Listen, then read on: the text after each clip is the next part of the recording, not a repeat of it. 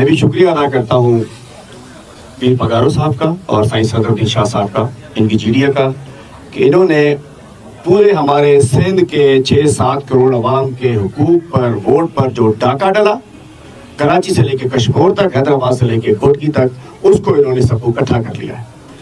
ڈاکہ کراچی حیدرآباد کے علاوہ بھی لاڑکانہ اور پورے تمام سندھ کے ڈویژن میں پڑا، لیکن طریقہ واردات مختلف تھا۔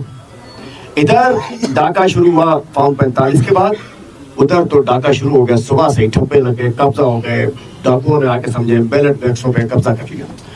تو واردات لاڑکانہ میں بھی ہوئی، سکھر میں بھی ہوئی، ساگڑ میں بھی ہوئی، خیرپور میں بھی ہوئی، کراچی میں بھی ہوئی، حیدرآباد میں بھی ہوئی۔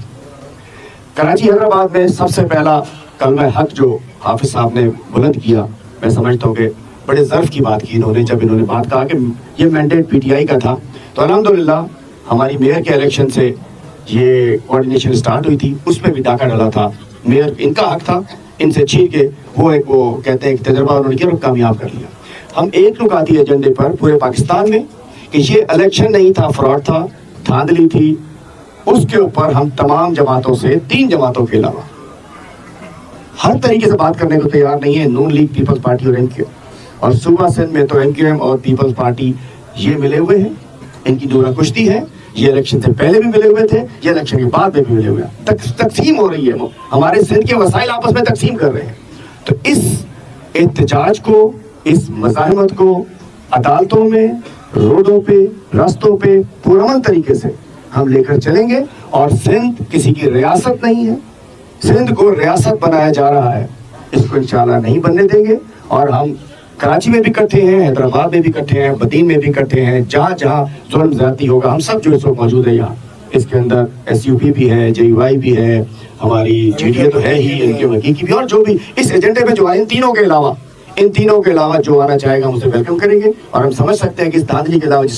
جس نے بھی بات کی کلمہ حق کا ہے۔ میں بتاتا چلوں کہ پورے پاکستان میں 180 سیٹس ہماری ہیں، صوبہ سندھ میں 22 MLA کی سیٹس ہماری ہیں، اور 35 سے 38 MPA کی سیٹس ہیں، یہ ہماری ہے، شہروں میں مینڈیٹ یا ان کا ہے، ان کا تو شروع سے ہی چرا لیا گیا۔ ہم انشاءاللہ ان کو معاف نہیں کریں گے، ان کو چلنے نہیں دیں گے، عدلیہ پہ ہمیں اعتماد ہے۔ ہم سندھ ہائی کورٹ گئے تھے، میں عرض کرتا چلو کنفیوژن چل رہی تھی، ہم سندھ ہائی کورٹ گئے تھے، فارم 45 لے کر گئے تھے، انہوں نے الیکشن کمیشن بھیجا، الیکشن کمیشن نے ٹریبونل میں بھیج دیا، عدالتی جنگ الگ لڑی جائے گی۔ لیکن مجھے لگتا ہے یہ چیف الیکشن کمشنر اگر کوئی کریکٹر والا ہوتا، جسٹس فخر الدین جی ابراہیم نے 2013 میں استعفیٰ دے دیا تھا، چیف الیکشن کمشنر کو آپ نے بھی ڈیمانڈ کیا، ہم بھی کہتے ہیں چیف الیکشن کمشنر کو استعفیٰ دینا چاہیے۔ الیکشن کمیشن اس مینڈیٹ کی چوری میں شامل ہے، اور اس کے اوپر یہ فری فیئر ٹرانسپیرنٹ الیکشن کرانا الیکشن کمیشن کی ذمہ داری تھی۔ اس میں اور آئین میں لکھا ہے، ایک آئین توڑنے کا، آئین سے غداری کا مرتکب ہوا ہے، یہ میری پرسنل رائے ہے، ان کی نہیں ہے، کہ آئین توڑنے کی سزا آرٹیکل 6 ہوتا ہے۔ اس الیکشن کمیشن نے ملک کو ہیجان میں ڈال دیا، اور یہ جو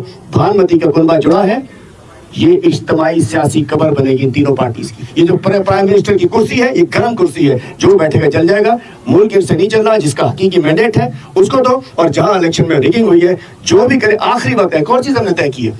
ایشوز بے شک طریقہ واردات مختلف ہے، یہ نہیں ہوگا کہ ہمیں اپنا چوری کا مال مل گیا، ہم آخری سیٹ کی چوری تک جہاں تک جانا پڑے گا ہم آپ کے ساتھ کھڑے رہیں گے انشاءاللہ۔